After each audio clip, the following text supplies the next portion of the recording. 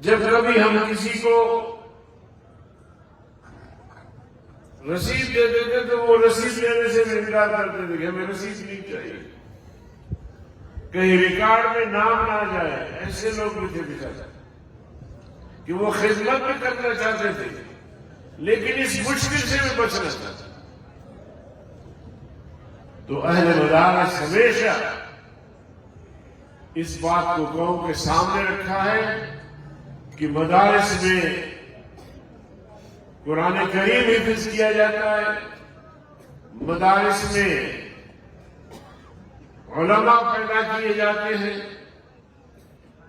اور یہ ساری چیزیں جو ہیں وہ قوم کو، لوگوں کو بتا رہے ہوتے ہیں. ان تمام پر کوشش کے باوجود جو سیکولر طبقہ ہے،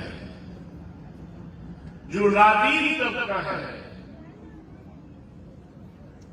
وہ ہمارے ان دلائل کو، ان حقائق کو تسلیم کرنے کے لیے تیار ہے. ان کو پتا ہے کہ جہاں جہاں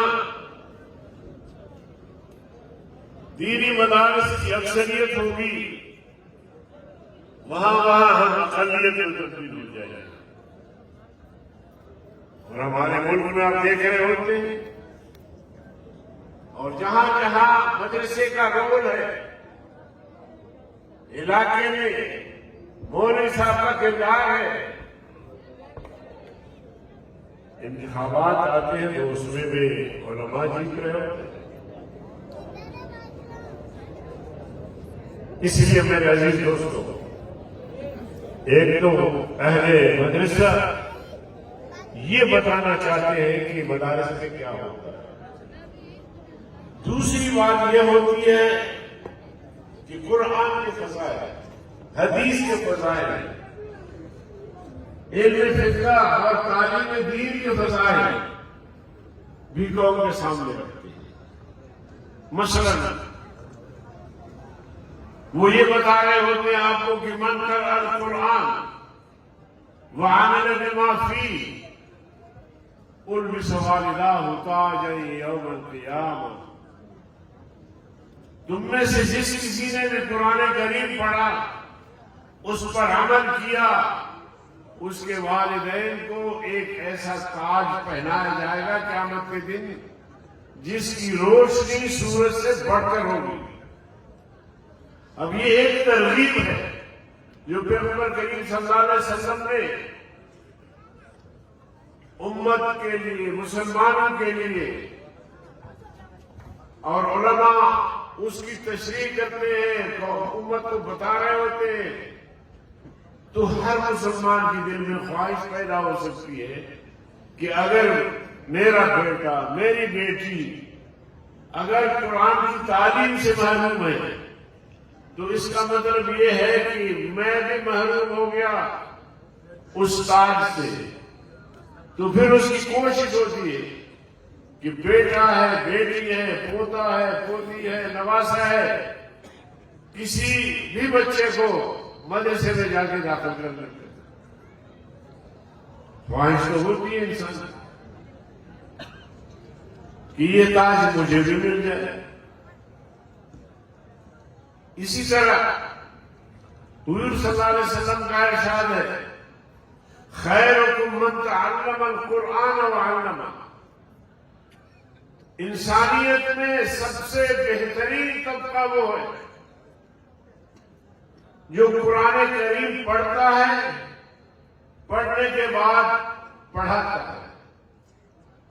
یہ جو علماء کرام تشریف فرمائے آپ کے سامنے، جو پڑھنے کے بعد پڑھا رہے ہوتے ہیں،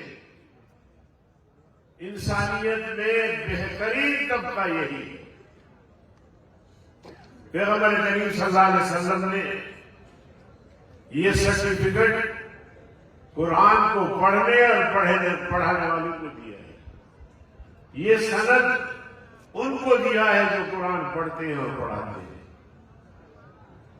قرآن کریم کی طرف جاتے ہیں تو قرآن کریم کہتا ہے قل هل يستوي الذين يعلمون والذين لا يعلمون. جن کے پاس قرآن کا علم ہے، وہ اور وہ لوگ جن کے پاس قرآن کریم کا علم نہیں ہے، اللہ کی معرفت کا علم نہیں ہے، جو نہ اللہ کو جانتے ہیں نہ پیغمبر کریم صلی اللہ علیہ وسلم کو جانتے ہیں، نہ اس کی ختم نبوت پر یقین رکھتے ہیں، فرمایا یہ برابر نہیں ہو سکتے۔ انما یخشی اللہ من عبادہ العلماء۔